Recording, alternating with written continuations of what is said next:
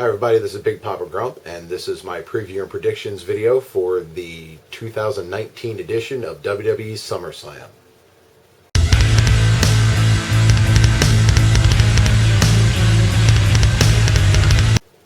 Okay, so starting with, it's probably going to be on the pre-show, the Cruiserweight Championship match between Drew Gulak and Oney Lorcan. I just going to go with Gulak. I haven't really been paying any attention to 205 Live, so I don't know how.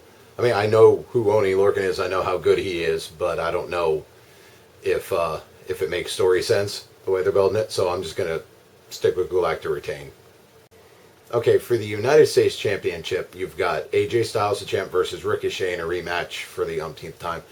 I don't think they're taking off AJ yet. They just put the tag titles on the club, and they've got their whole only club that matters thing going on. So as much as I would actually like to see Ricochet get the belt back and maybe, I don't know, hold it till like Survivor Series or Royal Rumble or something, I just don't see it. I think they're going to, I was thinking originally that they were going to put, maybe take it off AJ and then push him as Kofi's next, or Kofi or Orton, that next contender, but who knows. So yeah, so I'm going to stick with AJ to retain, at least for now. We'll see where it goes from there, but I think they're going to keep the club with gold for now, and I'm not quite sure that AJ's going to be world title picture quite yet. Okay, in a weird sort of grudge match, there's two of them that are like that. We'll start with the women, ladies first. Charlotte Flair versus Trish Stratus. I know it's in Toronto, and I know it's Trish Stratus. Charlotte Flair goes over. I don't think that Trish Stratus is coming back to put herself over. Especially since, I don't know if she thinks this or not, but she's one of the few that didn't have to go out losing. She went out as champ when she originally retired. So I think this, she's the type that has no problem putting talent over. She never really has, from all accounts. So I don't think there's going to be any change in that here. Plus, it makes way more sense for Charlotte to go over because Charlotte needs momentum if she's going to go after Bayley or Ember Moon or Becky Lynch or Ronda Rousey or Shayna Baszler or Baszler or whatever. Any of them. So the other weird grudge match that kind of came out of nowhere, well, it at least had a little bit more build. Dolph Ziggler versus Bill Goldberg. Going with Goldberg because I don't think Goldberg comes back to put Ziggler over. Not that I don't think Goldberg would, but I don't think that's the point of the story. Part of me thinks we're going to get another Brock Goldberg match here soon. So, or, who knows? It's Vince. So, Ziggler's kind of the guy that puts people over, and I think Ziggler's kind of fading out of the title picture, so it doesn't make sense for him to go over, at least not to me. Okay, now there's an asterisk here, but not really. Bray Wyatt versus Finn Balor, or is it The Fiend versus Finn Balor, or is it the Demon versus The Fiend, or is it the Demon versus Firefly Funhouse Bray Wyatt? No, it's definitely The Fiend, but I think Bray goes over because I think Bray is going to start getting pushed to the moon slowly because, you still kind of have to get him through some people. And I think they're going to need to get The Fiend over a little bit more as a villain.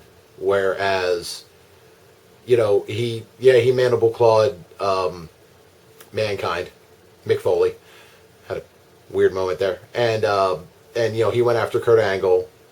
So, but it doesn't seem like that's kind of gotten him, heel heat. The crowd seems to like it.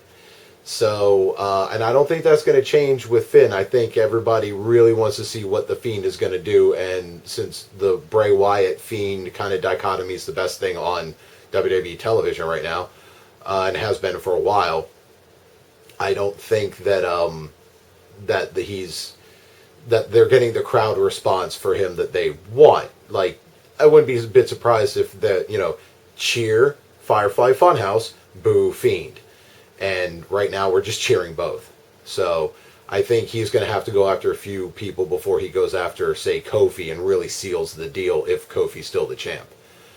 When they get to that. So, or Seth or somebody like, because I'm not even 100% sure what show he's going to be on. Nobody, you can never tell. Wild card rule.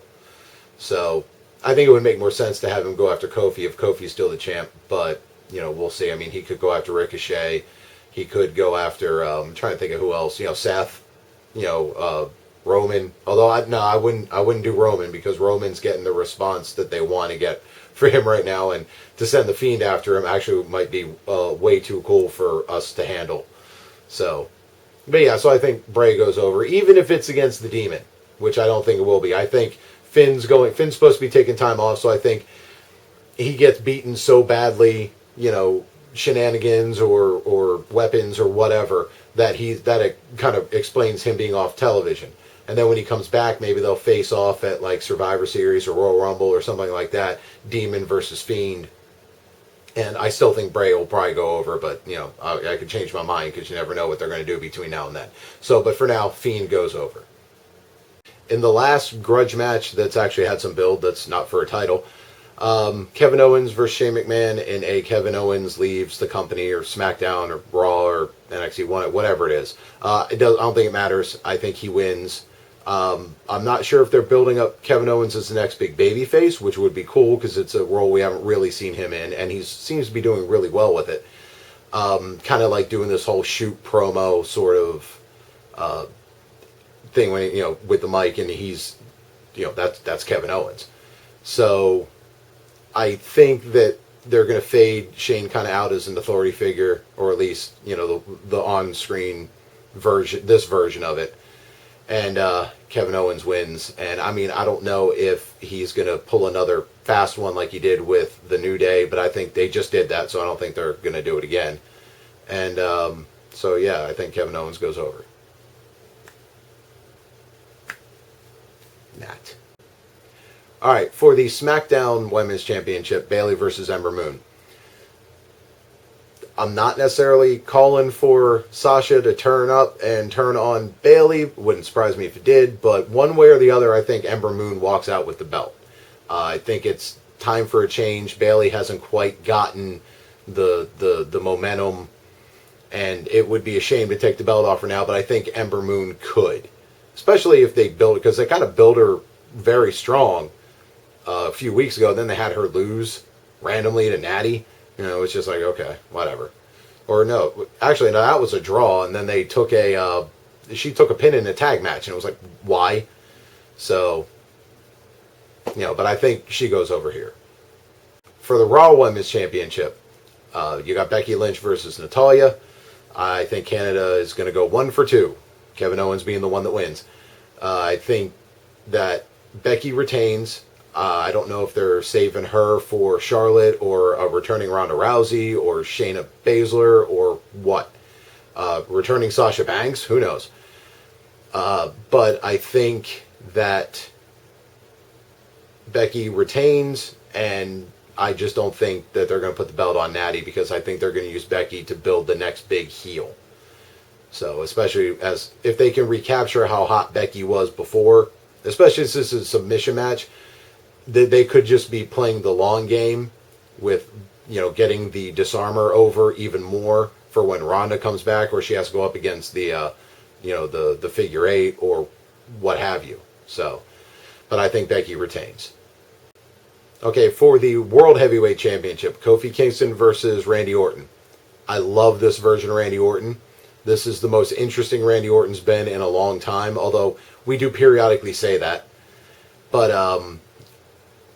and it wouldn't surprise me if he went over. Like, he's a really good heel, and he's playing a really good heel. And having somebody knock Kofi down again and then just to maybe build him back up, hopefully that's what it would be.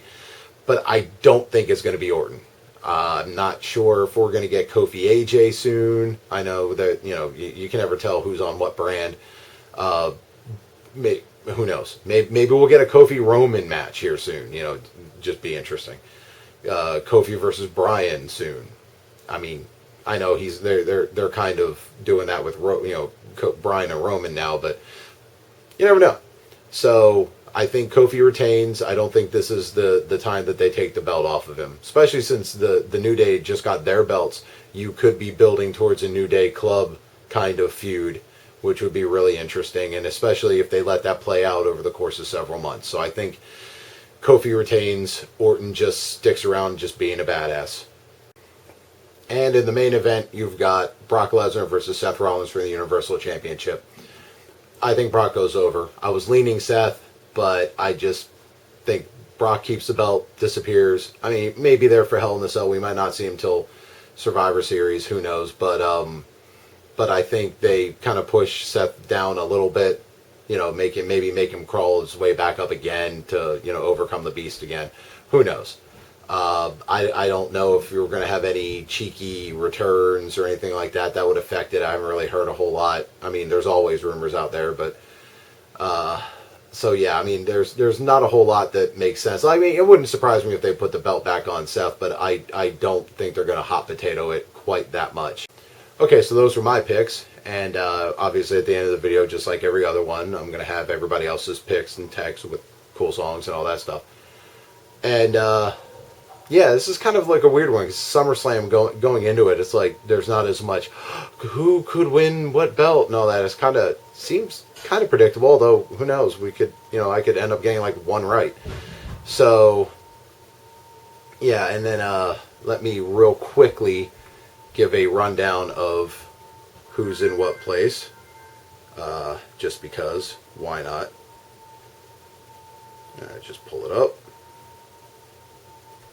So, I think, yeah, RX Gambler is in first place, surprise. He's got 23 points. Golden Boy and CJ Truth have 21. Myself, Junior, Wife of Doom myself, Junior, and Little Doom Doom have 20 points. Wife of Doom and Uppercut have 19. And Big Shez, surprisingly enough, in last place with 18 points. Now, first to last is 5 points. So I don't think there's going to be a whole lot of separation because spoiler, we all picked a lot of the same ones. But, Junior's got, I think, the most differential from the pack. So he stands the most to lose or gain just by number wise. But yeah, so we'll see how it shakes out. I've been Big Papa Grump from the Board of Doom, and I will catch you next time.